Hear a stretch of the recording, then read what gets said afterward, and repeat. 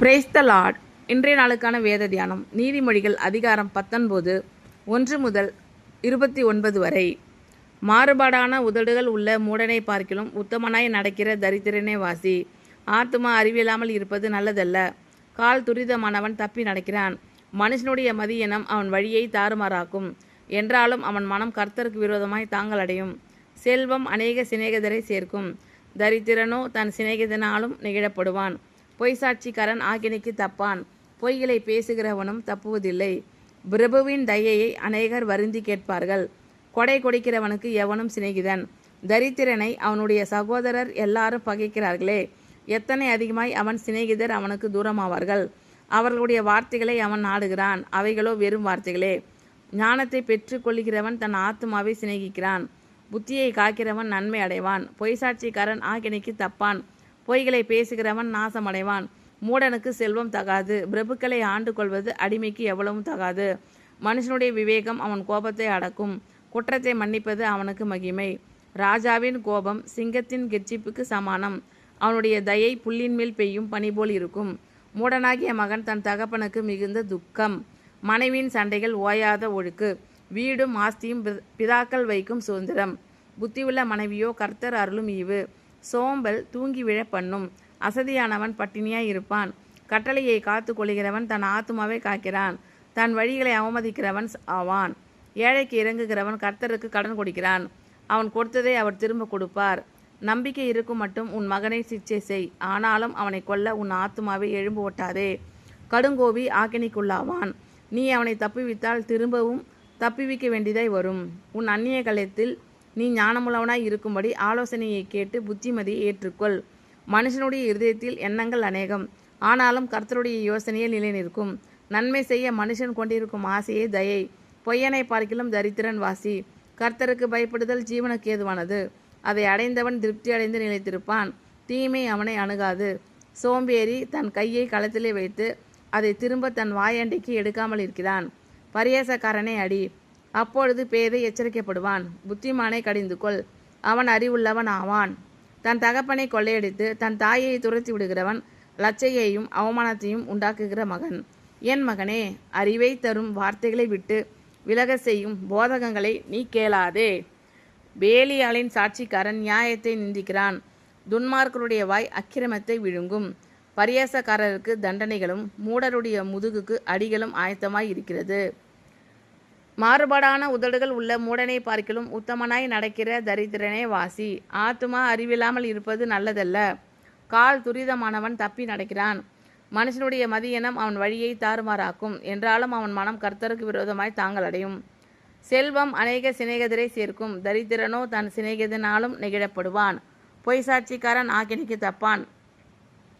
பொய்களை பேசுகிறவனும் தப்புவதில்லை. பிரபுவின் தயையை அநேகர் வருந்தி கேட்பார்கள்.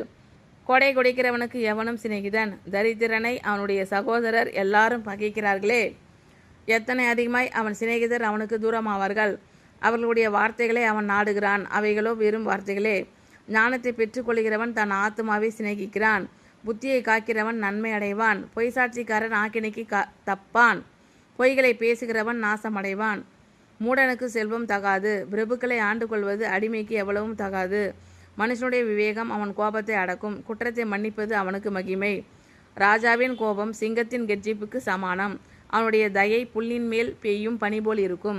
மூடனாகிய மகன் தன் தகப்பனுக்கு மிகுந்த துக்கம். மனைவியின் சண்டைகள் ஓயாத ஒழுக்கு. வீடும் ஆஸ்தியும் பிதாக்கள் வைக்கும் சுதந்திரம். புத்தியுள்ள மனைவியோ கர்த்தர் அருளும் ஈவு. சோம்பல் தூங்கி விழ பண்ணும். அசதியானவன் பட்டினியாய் இருப்பான். கட்டளையை காத்து கொள்கிறவன் தன் ஆத்துமாவை காக்கிறான். தன் வழிகளை அவமதிக்கிறவன் சாவான். ஏழைக்கு இறங்குகிறவன் கர்த்தருக்கு கடன் கொடுக்கிறான். அவன் கொடுத்ததை அவர் திரும்ப கொடுப்பார். நம்பிக்கை இருக்கும் மட்டும் உன் மகனை சிக்ஷை செய். ஆனாலும் அவனை கொல்ல உன் ஆத்துமாவை எழும்பு ஓட்டாதே. கடுங்கோபி ஆக்கினைக்குள்ளாவான். நீ அவனை தப்புவித்தால் திரும்பவும் தப்புவிக்க வேண்டியதாய் வரும்.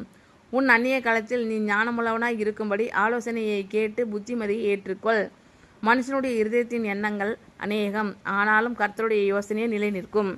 நன்மை செய்ய மனுஷன் கொண்டிருக்கும் ஆசையை தயை. பொய்யனை பார்க்கிலும் தரித்திரன் வாசி. கர்த்தருக்கு பயப்படுதல் ஜீவனுக்கு ஏதுவானது. அதை அடைந்தவன் திருப்தி அடைந்து நிலைத்திருப்பான். தீமை அவனை அணுகாது. சோம்பேறி தன் கையை களத்திலே வைத்து அதை திரும்ப தன் வாயண்டைக்கு எடுக்காமல் இருக்கிறான். பரியாசக்காரனை அடி, அப்பொழுது பேதை எச்சரிக்கப்படுவான். புத்திமானை கடிந்து கொள், அவன் அறிவுள்ளவன் ஆவான். தன் தகப்பனை கொள்ளையடித்து தன் தாயை துரத்தி விடுகிறவன் லச்சையையும் அவமானத்தையும் உண்டாக்குகிற மகன். என் மகனே, அறிவை தரும் வார்த்தைகளை விட்டு விலக செய்யும் போதகங்களை நீ கேளாதே. வேலியாளின் சாட்சிக்காரன் நியாயத்தை நிந்திக்கிறான். துன்மார்க்கருடைய வாய் அக்கிரமத்தை விழுங்கும். பரியாசக்காரருக்கு தண்டனைகளும் மூடருடைய முதுகுக்கு அடிகளும் ஆயத்தமாய் இருக்கிறது. மாறுபாடான உதடுகள் உள்ள மூடனை பார்க்கிலும் உத்தமனாய் நடக்கிற தரித்திரனே வாசி. ஆத்துமா அறிவில்லாமல் இருப்பது நல்லதல்ல. கால் துரிதமானவன் தப்பி நடக்கிறான். மனுஷனுடைய மதியனம் அவன் வழியை தாறுமாறாக்கும். என்றாலும் அவன் மனம் கர்த்தருக்கு விரோதமாய் தாங்கள் அடையும். செல்வம் அநேக சிநேகிதரை சேர்க்கும். தரித்திரனோ தன் சிநேகிதனாலும் நெகிழப்படுவான். பொய்சாட்சிக்காரன் ஆக்கினைக்கு தப்பான். பொய்களை பேசுகிறவனும் தப்புவதில்லை. பிரபுவின் தயையை அநேகர் வருந்தி கேட்பார்கள். கொடை கொடுக்கிறவனுக்கு எவனும் சிநேகிதன். தரித்திரனை அவனுடைய சகோதரர் எல்லாரும் பகைக்கிறார்களே. எத்தனை அதிகமாய் அவன் சிநேகிதர் அவனுக்கு தூரமாவார்கள். அவர்களுடைய வார்த்தைகளை அவன் நாடுகிறான். அவைகளோ வெறும் வார்த்தைகளே. ஞானத்தை பெற்றுக்கொள்கிறவன் தன் ஆத்மாவை சிநேகிக்கிறான். புத்தியை காக்கிறவன் நன்மை அடைவான். பொய் சாட்சிக்காரன் ஆக்கினைக்கு தப்பான். பொய்களை பேசுகிறவன் நாசமடைவான். மூடனுக்கு செல்வம் தகாது. பிரபுக்களை ஆண்டு கொள்வது அடிமைக்கு எவ்வளவும் தகாது. மனுஷனுடைய விவேகம் அவன் கோபத்தை அடக்கும். குற்றத்தை மன்னிப்பது அவனுக்கு மகிமை. ராஜாவின் கோபம் சிங்கத்தின் கெர்ச்சிப்புக்கு சமானம். அவனுடைய தயை புல்லின் மேல் பெய்யும் பனி போல் இருக்கும். மூடனாகிய மகன் தன் தகப்பனுக்கு மிகுந்த துக்கம்.